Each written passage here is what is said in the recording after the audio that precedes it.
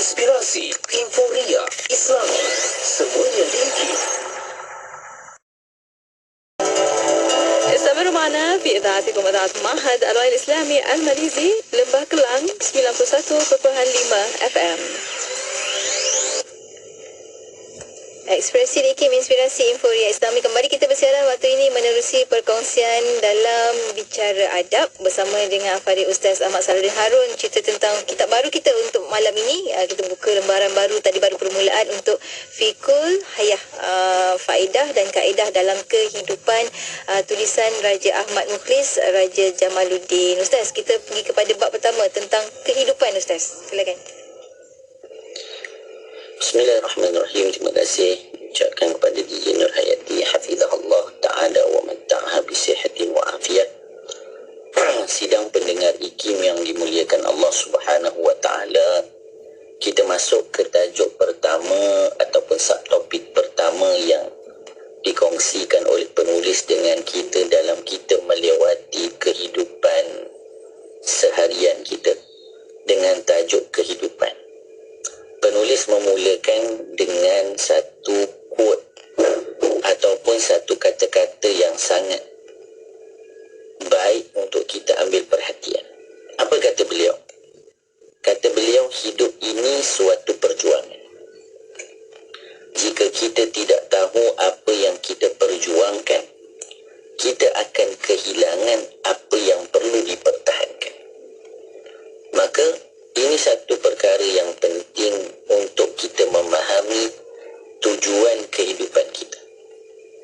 Sehingga disebutkan dalam kitab yang lain, disebutkan kehidupan kita ni ataupun kita hidup ni perlu ada dan perlu kita tahu tujuan kehidupan kita.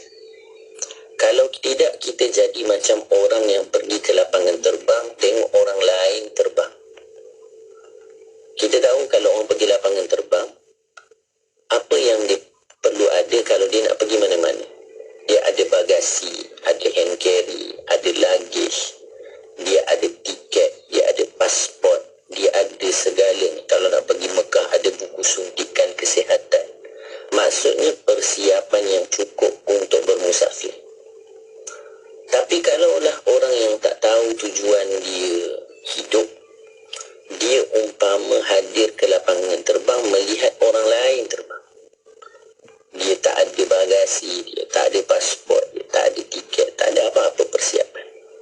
Jadi hanya tengok orang tu terbang, orang ni terbang, tengok kapal terbang tu terbang, tak ada tujuan. Maka yang paling penting, kita kena tahu apa yang kita perjuangkan dan apa yang kita inginkan daripada kehidupan.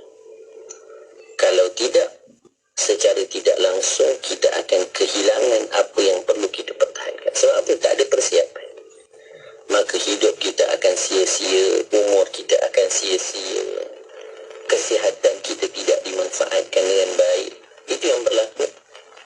Dan nanti hanya akan ada penyesalan ketika bertemu dengan Allah. Sebab itu, Nabi sebut di dalam hadis dua nikmat yang selalu manusia hilang ataupun lupa tentangnya. Apa dia? Kesihatan dan masa depan. Sehingga bila kehilangannya baru dirasakan.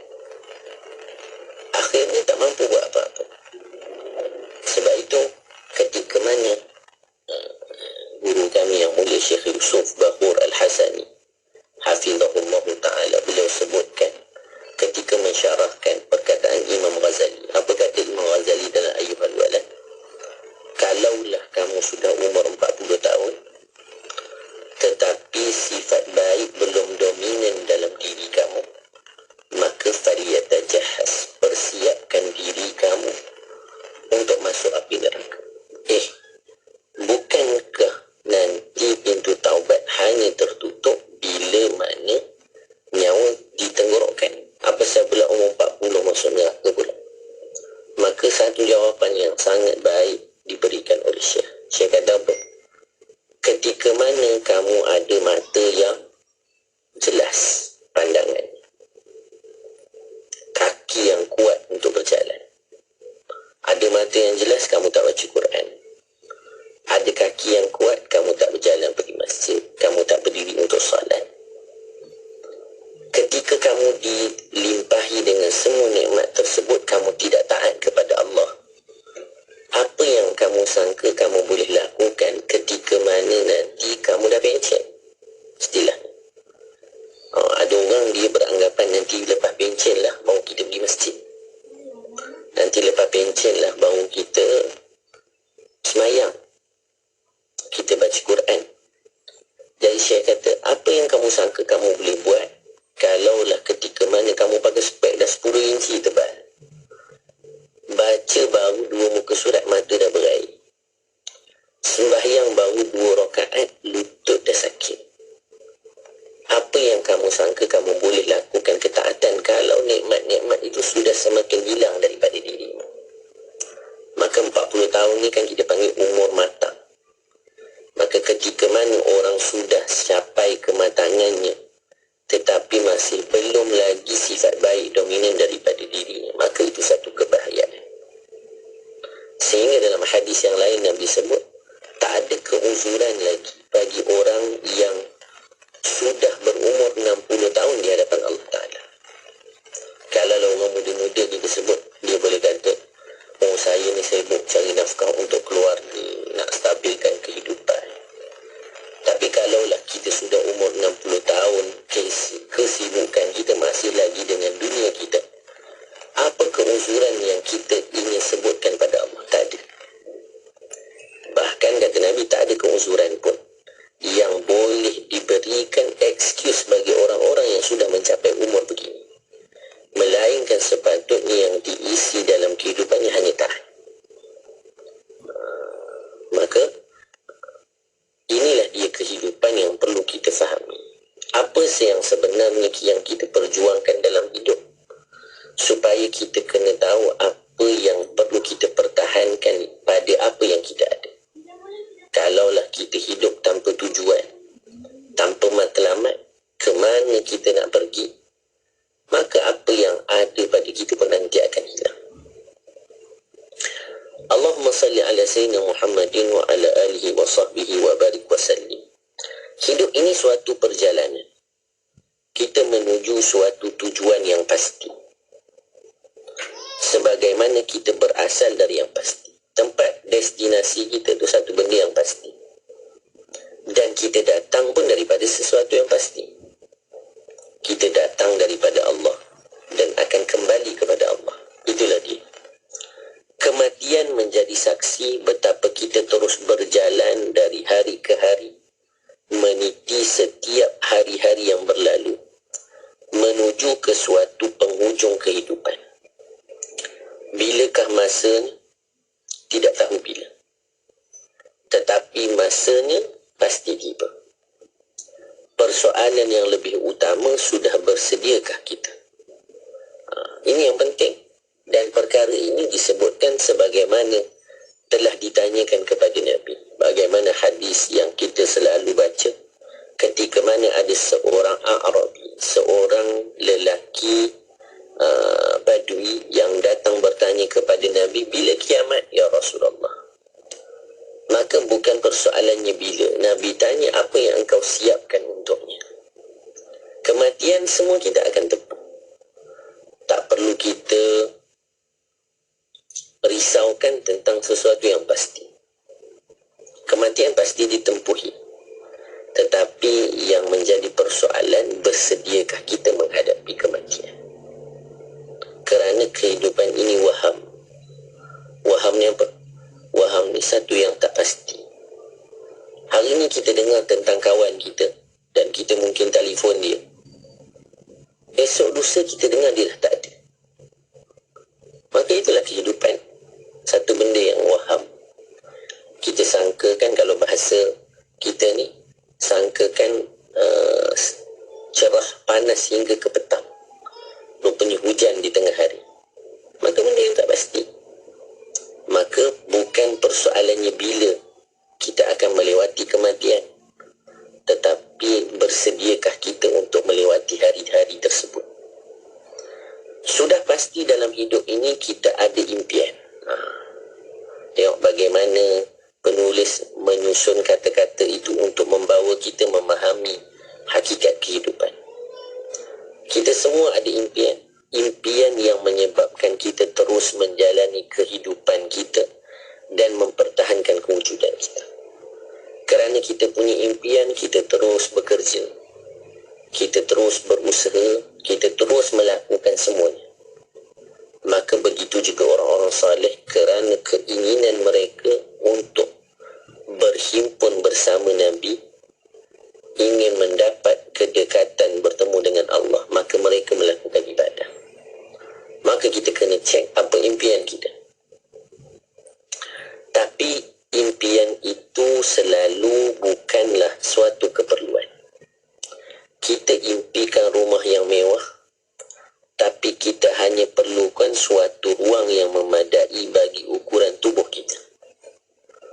Kita nak rumah besar. Sebenarnya yang kita perlukan hanya satu kawasan untuk baring dan rehat je. Untuk tidur dan rehat. Kita impikan pasangan hidup yang membahagiakan kita. Tapi ramai dalam kalangan kita yang akhirnya mengeluh dalam kehidupan berumah tangga. Bahkan kita sangat impikan kebahagiaan, tetapi kita menuju sebaliknya. Kita terus mengejar apa yang kita inginkan. Kemudian setelah kita dapat apa yang kita mahu, kita kejar benda yang lain pula. Ini hakikat kehidupan kita. Kita sangkakan apa yang kita inginkan, itulah dia kebahagiaan yang kita nak. Tapi berapa ramai orang yang setelah mendapatkannya inginkan yang lain. Maka disebutkan, apa beza kita dengan anak kecil? Budak kecil, dia nak mainan. Kan anak-anak kita nak main. Nak ni. Kita pun serabut kita beli. Lepas kita beli, dia main 10 minit, dia tinggal. Kita kata, ni yang tak nak beli ni. Sebenarnya kita pun macam tu juga. Ketika kita rasa itu membahagiakan, kita pun nak. Kita cuba capai. Kita nak beli sesuatu, contohnya sampai simpan duit. Lepas kita dah dapat, sampai ketika ni kita tinggal nak yang lain. Maka adakah itu kebahagiaan? Tak. Itu bukan kebahagiaan. Hanya memenuhi keinginan-keinginan kita sahaja. Maka kemudian disebutkan lagi apa? Apa yang dahulu kita kejar, setelah kita dapatinya, kita mula bosan dan inginkan selainnya. Itu hakikat kita. Manusia itu selama-lamanya memandang kepada yang tiada. Lalu banyak yang dia ada tidak kelihatan. Kerana dia terus memandang kepada yang tiada, lalu dia sentiasa rasa bahawa dia tidak memiliki. Bahkan apa yang ada juga sentiasa tidak mencukupi. Kerana lupa tentang apa yang ada padanya milik Allah, sehingga dia selalu memandang yang tiada. Kerana kurangnya rasa syukur kepada Allah. Sebab itu nanti akan kita pelajari dalam bab-bab yang lain, bagaimana meningkatkan sabar kita dengan memperbanyak syukur bila mana mendapat pemberian dari Allah. Supaya kita sentiasa merasakan sebenarnya kita dah dapat banyak. Apa yang kita tak dapat baru sedikit. Bahkan nanti disebutkan dalam kehidupan, kenapa dalam hidup kita menangis. Contoh kita tiba-tiba kalau ditimpa ujian, kita menangis. Maka nanti penulis akan sebut ni, kita teaser bab yang lain. Penulis kata, sebagai bukti dalam hidup kita dilimpahi nikmat. Dan kurangnya kita dalam ujian. Orang kalau dah biasa dalam ujian, apa yang nak menangis? Alah, biasalah, dah selalu dah macam ni. Tapi kerana jarang kita diuji, ketika kita mendapat ujian, kita menangis. Sebagai tanda hidup kita penuh dengan nikmat, itu je. kita perlu fahami dalam hidup yang dibawa oleh penulis satu persatu di dalam tajuk ataupun di dalam buku ini. Maka penulis bagi tahu kepada kita bahawasanya hidup kita kena tahu selalu memandang yang tidak ada sampai kita lupa apa yang telah kita ada. Sebab itu bila dalam hidup, bila kita inginkan yang tiada, cuba lihat dulu apa yang sudah kita ada, supaya kita rasa cukup, supaya kita rasa syukur, sehingga kita tidak mengeluh bila kita tidak mendapatkan sesuatu. Maka disebutkan kemudian apa dia? Apa yang tidak cukup ialah rasa cukup. Itu je sebenarnya. Apa yang tak cukup dalam hidup kita ni? Jawapannya satu, rasa cukup. Lawan bagi sifat qanaah ialah tamak. Jadi rasa cukup ni apa? Qanaah. Tamak itu penyakit jiwa yang kronik. Ia membutakan mata hati manusia daripada melihat apa yang ada. Dan inilah penyakit yang dihadapi oleh semua manusia. Kenapa dia tak bahagia dengan hidupnya yang sekarang? Kerana dia tidak rasa cukup dengan apa yang dia ada, sehingga memandang yang tidak ada yang ada pada orang.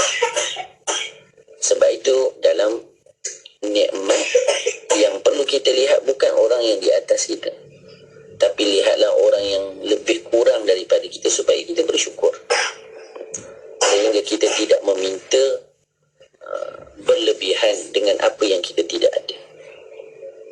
Baik, kemudian disebutkan apa? Ia membutakan mata hati manusia daripada melihat apa yang ada kepada melihat apa yang tiada, lalu mendorong jiwa raganya untuk mengejar apa yang tiada itu. Apa yang dikejar? Tengok dalam tajuk seterusnya, penulis bawakan sebenarnya dalam hidup kita apa yang kita kejar, apa yang kita cari dalam dunia yang sementara ini, lalu kita sendiri akan meninggalkannya. Apa yang kita cari nanti kita tinggalkan. Nanti akan ada kaedah disebutkan, kita kena tahu kita lahir ke dunia tidak bawa apa-apa. Itu hakikat kita. Kita lahir ke dunia tak bawa apa-apa. Tapi ajaibnya kita, ketika kita lahir tidak membawa apa-apa, ketika kita meninggal, kita ingin bawa semuanya bersama kita. Ajaib. Kita lah ni. Lepas tu, nanti penulis sebut apa? Penulis kata, kita memperbanyakkan sesuatu untuk kekal bersama kita. Kumpul harta banyak, kumpul. Sedangkan kita tidak kekal untuknya. Kita memperbanyakkan untuk duduk kekal dengan kita, harta kita. Setelah kita kumpul, kita tidak kekal untuknya. Maksudnya apa? Kita yang pergi, kita yang meninggal, harta tu ada. Jadi apa sebenarnya yang perlu kita bawa sebenarnya dalam hidup? Ini yang disebutkan dalam kebanyakan kitab.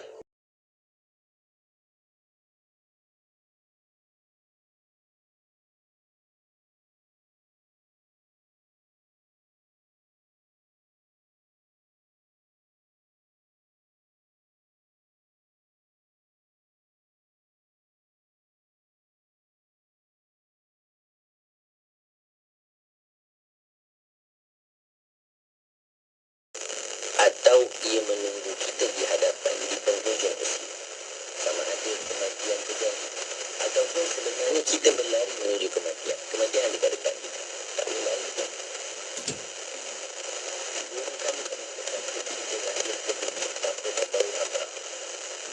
Kemudian kita ingin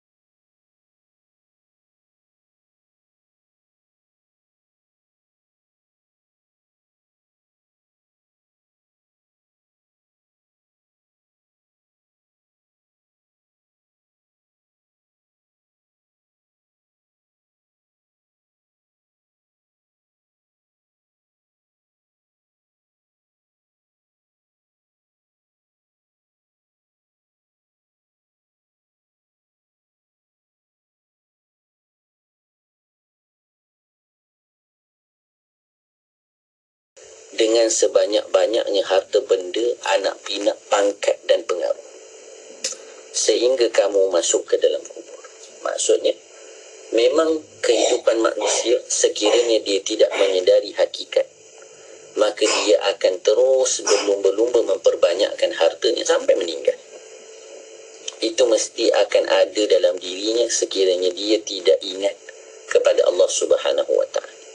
Kalau dia biarkan dirinya terus dibuai keinginan hawa nafsu, itulah yang akan berlaku. Maka disebutkan apa? Sifat tamak melalaikanmu untuk mengejar dan memperbanyakkan apa yang kamu akan tinggalkan. Dunia ini lagi banyak yang kita kumpul, lagi banyak yang kita akan tinggalkan. Akhirnya yang bersama dengan seseorang insan ketika dalam kuburnya hanyalah sehelai kain kapan yang membaluti tubuh. Sampai dekat bawah ni tengok, disebutkan apa? Guru kami pernah menyebut kain kapan yang membalutimu itu langsung tidak mempunyai poket. Itu satu benda untuk kita bagi faham pada kita. Kalaulah kita rasa nak bawa banyak mana dunia kita untuk mati, kena ingat poket pun tak ada. Apa lagi yang lain? Poket pun tak ada. Maksudnya apa? Nak bawa macam mana poket pun tak ada. Baju ni kalau tak ada poket, apa pun tak boleh bawa. Maka disebutkan lagi apa? Kita sangka kita mengumpulkan apa yang menjadi milik kita. Tetapi setelah kita mati, apa yang terkumpul adalah apa yang kita tidak miliki lagi. Banyak yang kita tinggalkan, ianya adalah milik orang-orang yang kita tinggalkan, yakni ahli waris. Jadi harta kita bukan apa yang kita ada, tapi harta kita adalah apa yang telah kita keluarkan, apa yang telah kita infakkan. Itulah harta kita. Oleh itu Nabi Muhammad SAW pernah bertanya yang bermaksud, siapakah yang lebih suka harta warisnya berbanding hartanya sendiri? Para sahabat pun menjawab, para sahabat pun menjawab, tiada pun dalam kalangan kami melainkan hartanya lebih dia sukai berbanding harta ahli warisnya. Maksudnya harta sendirilah yang akan kita suka, buat apa harta orang lain. Lalu Rasulullah pun menjelaskan harta seseorang itu adalah apa yang dibelanjakan, dan harta ahli warisnya ialah apa yang dia simpan. Sebab itu nanti bila kita bahaskan tentang kematian, kita kena sedar akhirnya tak ada apa pun pada kita. Al-Imam Sya'rani menyebutkan, ketika kita meninggal, harta kita ahli waris ambil. Daging-daging kita, jasad kita, ulat makan. Tulang kita, tanah akan makan. Reput. Amal kebaikan kita diambil oleh musuh kita kalau kita pernah berbuat buruk pada orang. Maka apa yang tinggal pada kita? Tak ada apa-apa. Amal pun tak ada, diri pun tak ada, harta pun tak ada, semua tak ada. Maka yang berbahagia siapa? Orang yang datang dengan hati yang sejahtera. Orang yang ada amal jariah yang berterusan. Orang yang ada anak-anak yang mendoakan. Bila kita fahami ni, kita tengok tak ada apa-apa bila kita meninggal. Badan kita pun ulat makan, tulang kita pun tanah makan, harta kita pun diambil ahli keluarga. Kebaikan kita pun diambil oleh musuh. Kalau kita ada menzalimi orang, maka tak ada apa-apa untuk kita. Apa yang kita nak banggakan, apa yang kita nak bawa bertemu dengan Tuhan. Baik. Mengapa harta kita ialah apa yang kita belanjakan? Ini kerana apa yang kita belanjakan menjadi saham kita di akhirat. Sama ada ianya menjadi sebab ke syurga atau sebaliknya ke neraka, wal-iyadzubillah. Maka kefahaman tentang kehidupan membawa kepada keinsafan dan seterusnya menjadikan seseorang insan itu tahu ke mana harus dituju. Inilah penting memahami makna hidup dan kenapa kita hidup. Supaya jangan apa yang kita kejar tak dapat, apa yang kita gendong bersisiran. Kenapa? Kerana tak tahu pun apa yang perlu kita lakukan. Dan ramai orang sedemikian. Sebab itu Allah sebut dalam Al-Quran, ada nanti golongan yang dia minta izin kepada Allah nak pulang. Farji'na na'mal salihah. Ya Allah, pulangkan kami nak buat baik. Kerana baru menyedari hakikat hidup ketika mana berada di alam akhirat. Maka Imam Ghazali sebut dalam Ayyuhal Walad dengan perkataan yang agak kasar. Beliau kata, wahai orang-orang bodoh, kenapa yang nak balik baru je sampai? Dah lalui alam dunia, dah lalui alam barzah. Alam barzah pula bukan setahun dua, berpuluh tahun, ratus tahun, bergantung pada orang. Tiba-tiba baru sampai minta izin nak balik. Jauh lagi perjalanan akhirat. Maka macam mana kita nak pulang? Bahkan memang tak ada jalan pulang. Maka sebab itu disebut dalam kaedah ad-dunya mazra'atul akhirah. Dunia ini adalah tempat cucuk tanamnya di negeri akhirat. Hasilnya nanti ambil di akhirat. Tetapi dunia ini tempat beramal. Di akhirat bukan tempat beramal. Di akhirat bukan tempat buat baik. Tapi mengambil tuaian-tuaian yang telah dibuat pada dunia ni. Maka sebab itu ada sebahagian guru kita menyatakan untuk menuju akhirat meninggalkan dunia. Bukan sedemikian semata-mata. Kerana apa? Kerana dunia lah tempat untuk dapat akhirat.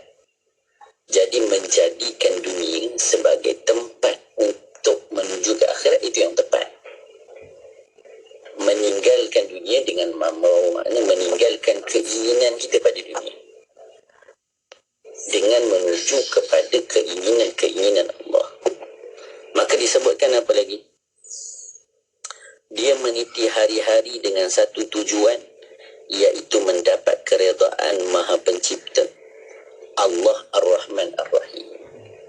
Maka kehidupan tujuannya hanya satu, menuju kepada Allah. Dan ketika manusia memahami hidupnya ini tentang Allah, tentang bagaimana bermuamalah kepada Allah, bagaimana menuju Allah, maka dia akan lewati hari-harinya dengan memahami apa yang dikehendaki Allah pada diri. Sehingga ketika dia diuji, dia bersabar. Ketika dia diberi nikmat, dia bersyukur. Sehingga setiap gerak dan diamnya yang disebutkan adalah Allah.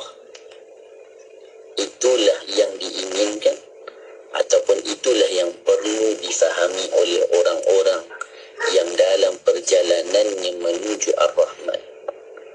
Dan ketika mana dia memahami kehidupan dengan cara sedemikian, bukan ditanyakan lagi tentang bila berlaku kematian padanya, tetapi adakah dia telah mempersiapkan diri padanya, maka dia tak kisah lagi bila dijemput olehnya, kerana dia telah mengisi seluruh kehidupannya untuk ingat kepada Allah Subhanahu wa Ta'ala.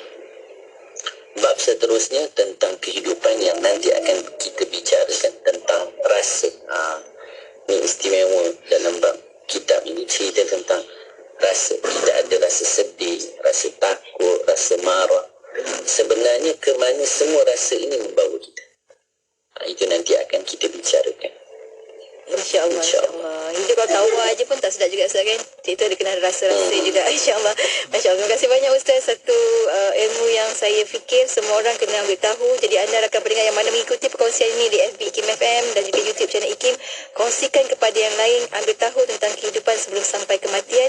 Belajar jadikan dunia ini sebagai jambatan pada akhirat, insyaAllah. Ustaz, aku pun terima kasih banyak, Ustaz. Sampai bertemu lagi minggu hadapan, insyaAllah, Ustaz. Wassalamualaikum. Assalamualaikum warahmatullahi taala wabarakatuh. Dan untuk anda sahabat pendengar, teruskan kesetiaan sama kami tentunya hanya di IKIM, Inspirasi Inforia Islami.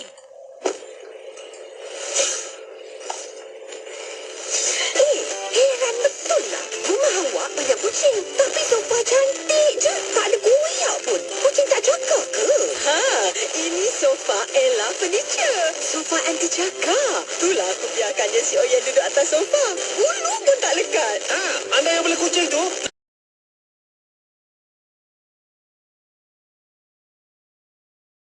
dengan 200 warna untuk disepadan dengan dinding rumah. Lari FBL Furniture Malaysia atau ke showroom di Bukit Jelutong Shah Alam.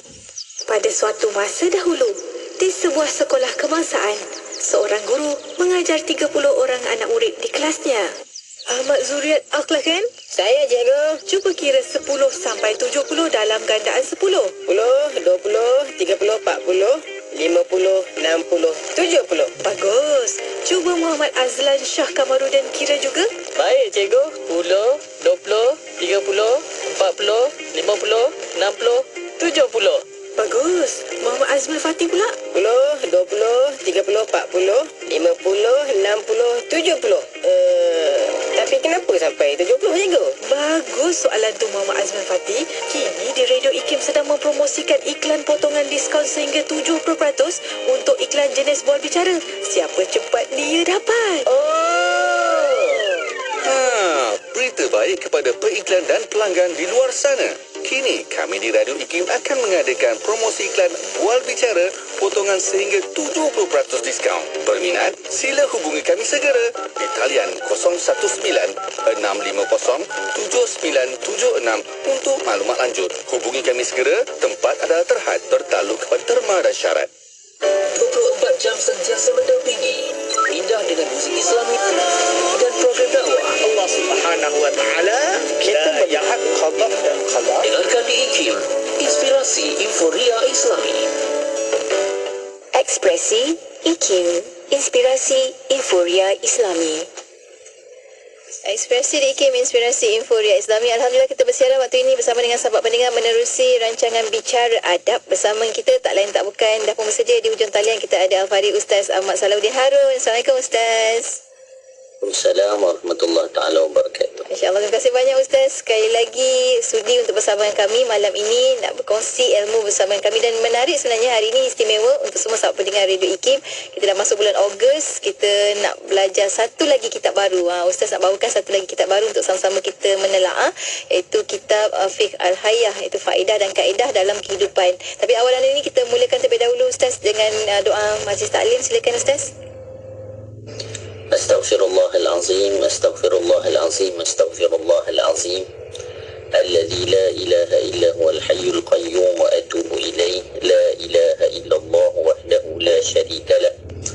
Lahul mulku wa lahul hamdu yuhyi wa yumiitu wa huwa ala kulli syai'in qadir wa la haula wa la quwwata illa billahil aliyyil azim. Assalamualaikum warahmatullahi taala wabarakatuh. Izin Nurhayati Paradi hafizahullahu ta'ala wa mata'aha bisihatin wa afiyah. Sidang pendengar IKIM yang dimuliakan Allah Subhanahu wa ta'ala, kita mulakan pengajian kita pada malam ini dengan membaca doa majlis ta'lim dengan niat mudah-mudahan Allah Subhanahu wa ta'ala memberkati pertemuan kita pada malam ini. Allah Subhanahu wa ta'ala mengurniakan kepada kita kefahaman yang benar, dan Allah Subhanahu wa ta'ala mengembalikan apa yang kita pelajari kepada kita waktu kita memerlukan ilmu yang telah kita pelajari tersebut. A'udzubillahi minasyaitonirrajim. Bismillahirrahmanirrahim. Allahumma inna nuqaddimu ilaika baina aydina kulli nafasin wa lamhatin wa lahzatin wa khatratin wa tarfatin yatrifu biha ahlus samawati wa ahlul ard wa kullu syai'in huwa kainun fi ilmik aw qad kanu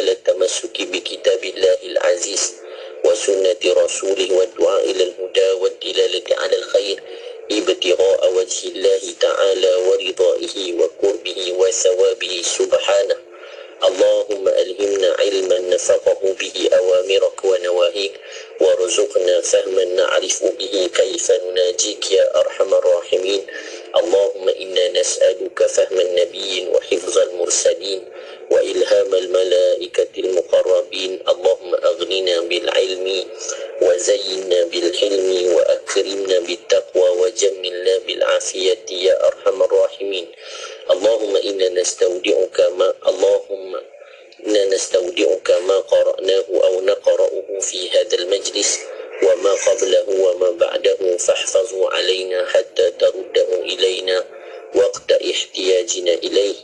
اللهم يا من مقاليد الأمور كلها بيده وإليه يرجع الأمر كله يا فتاح يا عليم افتح علينا فتحا قريبا. وصلى الله على سيدنا محمد وعلى آله وصحبه وسلم. بسم الله الرحمن الرحيم. رب اشرح لي صدري ويسر لي أمري واحلل عقدة من لساني يفقه قولي وسدد ألسنتنا واهد قلوبنا وافعل كذلك بأحبابنا أبدا وارزقنا كمال فتوح العارفين والثقة في الدارين مع كمال الإخلاص والصدق واليقين والعافية والغنى والنصر والحفظ والنفع والانتفاع وخيرات الدارين وعلوم الأولين والآخرين. وصلى الله على سيدنا محمد وعلى آله وصحبه وسلم والحمد لله رب العالمين. Alhamdulillah wassalatu wassalamu ala sayyidina Rasulillah wa ala alihi wa sahbihi wa man walah, amma ba'd. Alhamdulillah, puji dan syukur kita panjatkan kehadrat Allah Subhanahu wa taala dengan izin dan inayah daripada Allah Subhanahu wa taala. Pada malam ini Allah Subhanahu wa taala kurniakan lagi kesempatan kepada kita untuk kita bersama-sama dalam satu majlis untuk mengingati Allah Subhanahu wa taala. Mudah-mudahan keberadaan kita di dalam majlis-majlis yang baik menjadi sebab Allah Subhanahu wa taala menginginkan kebaikan buat diri kita di dunia dan di akhirat. Allahumma amin ya rabbal alamin. Alhamdulillah, setelah beberapa pertemuan kita telah lewati daripada kitab kepada kitab, daripada tajuk kepada tajuk, dan pada pertemuan terakhir kita membicarakan tentang bulan Muharram yang perlu dijaga kemuliaannya kerana ia daripada bulan-bulan haram, sehingga kan disebutkan orang-orang terdahulu mereka menjaga kemuliaan bulan Muharram sehingga mereka mengangkat senjata-senjata mereka daripada peperangan kerana menjaga bulan tersebut. Tidak mahu berperang, tidak mahu menyakiti orang lain demi menjaga kemuliaan bulan-bulan haram. Maka sedemikian juga perlu kita lakukan. Walaupun mungkin kita tak berperang secara pedang fizikal sekarang, namun jagalah kehormatan bulan-bulan haram kerana ia satu bulan yang dituntut untuk kita memuliakannya oleh Allah Subhanahu wa taala. Baik, untuk pertemuan kita pada malam ini, sebagaimana telah disebutkan oleh DJ Nur Hayati sebentar tadi, kita akan mulakan pembacaan kita di dalam sebuah kitab yang baru yang diberi nama Fiqhul Hayah ataupun Fiqh Al-Hayah, berkaitan dengan faedah-faedah di dalam kehidupan. Kitab ini karangan guru kita yang mulia Al-Fadil Ustaz Raja Ahmad Mukhlis bin Raja Jamaluddin hafizahullahu ta'ala wa matta'ahu bisihatin wa afiyah. Bila kita membicarakan tentang kehidupan, ia satu perkara yang akan dilewati oleh semua orang. Ia berkaitan dengan apa yang kita lalui, namun ramai orang melewati kehidupannya tanpa mengambil pengajaran daripadanya. Dan ini merupakan satu perkara yang merugikan, kerana setiap sesuatu yang berlaku, kalau tidak rahmat untuk kita, ia rahmat untuk orang lain. Kalau tidak pengajaran untuk kita, ia pengajaran untuk orang lain. Kalau seseorang ditimpa dengan satu ujian, maka satu pengajaran untuk dirinya dari satu sisi, dan pengajaran untuk diri kita yang melihatnya dari sisi yang lain. Maka memahami kehidupan dengan cara dan sisi pandang yang benar, itu satu perkara yang sangat penting bagi setiap orang memahaminya. supaya setiap yang berlaku dalam kehidupannya mendekatkan dirinya kepada Allah dan menambah takwanya kepada Allah, menambah tawakalnya kepada Allah, menambah penyerahannya kepada Allah, menambah syukurnya kepada Allah. Kerana sebenarnya yang akan dipertanyakan oleh Allah Subhanahu wa ta'ala kepada kita adalah tentang umur. Sebagaimana kita dah sebutkan pada pertemuan sebelum ini di dalam hadis yang Nabi sebutkan, bahawasanya tidak akan berganjak, tidak akan bergerak seseorang nanti di hari akhirat melainkan dia menjawab 4 persoalan, antaranya tentang umurnya, ke mana dihabiskan. Maksudnya kehidupannya apa yang dilakukan. Maka Al-Imam Al-Ghazali meletakkan pula tajuk di dalam Ayyuhal Walad dengan tajuk yang diberikan oleh Syekh Ahmad Fahmi Zamzam rahimahullahu ta'ala, dengan tajuk di nasihat yang pertama adalah waktu adalah kehidupan. Detik-detik masa itu adalah sesuatu yang perlu kita jaganya baik-baik dengan mentaati Allah Subhanahu wa ta'ala. Bahkan di dalam Al-Quran, nanti kita sebutkan di dalam kitab ini, disebutkan sangat banyak perkara ataupun ayat-ayat Allah yang Allah sebutkan berkaitan dengan hidup, tentang kehidupan, supaya kita ketahui apa yang perlu kita lakukan di dalam hidup, apa yang perlu kita capai dalam kehidupan kita. Dan bila kita melihat apa yang berlaku dalam ruang lingkup sekeliling kita, apa yang kita dapat pelajari daripada semuanya adalah untuk mengingatkan kita kepada Allah. Inilah perkara yang penting yang perlu kita fahami dalam perjalanan kehidupan sebagai seorang hamba yang ingin menuju kepada pencipta. Ingat, kehidupan kita ini adalah daripada satu alam kepada satu alam. Mungkin nanti di penghujung yang tidak kita ketahui bila, kita baca sebuah buku tentang kehidupan sehingga kematian. Maksudnya itu dah pengakhiran, tapi bukan lagi pengakhiran hidup, ataupun bukan lagi pengakhiran kisah kita. Hidup dunia ya pengakhiran, tetapi kita baru berpindah ke satu alam yang lain, menuju ke alam yang lain, dan meneruskan perjalanan kita sampailah masa berada di hadapan Allah Subhanahu wa ta'ala. Kalaulah kematian itu pengakhiran cerita kita, maka mudah. Tetapi bila kita berakhir daripada kehidupan, kita kena tahu ada satu fasa lagi yang perlu kita lewati. Itulah dia alam barzakh, yang disebutkan permulaan kepada kebaikan di alam barzakh, permulaan kepada nikmat yang lebih besar lagi nanti di akhirat. Tetapi kalaulah kesusahan dan kesengsaraan yang dialami di alam barzakh, sebenarnya kesengsaraan yang lebih besar akan dialami ketika di alam akhirat. Maka para ulama ada menulis sebuah buku, Al-Imam Zainuddin Maribari, kalau saya tak salah disebutkan, ada sebuah kitab namanya Al-Isti'dad lil Maut, persiapan menghadapi kematian. Apa yang perlu kita lakukan untuk kita bersiap menuju kematian?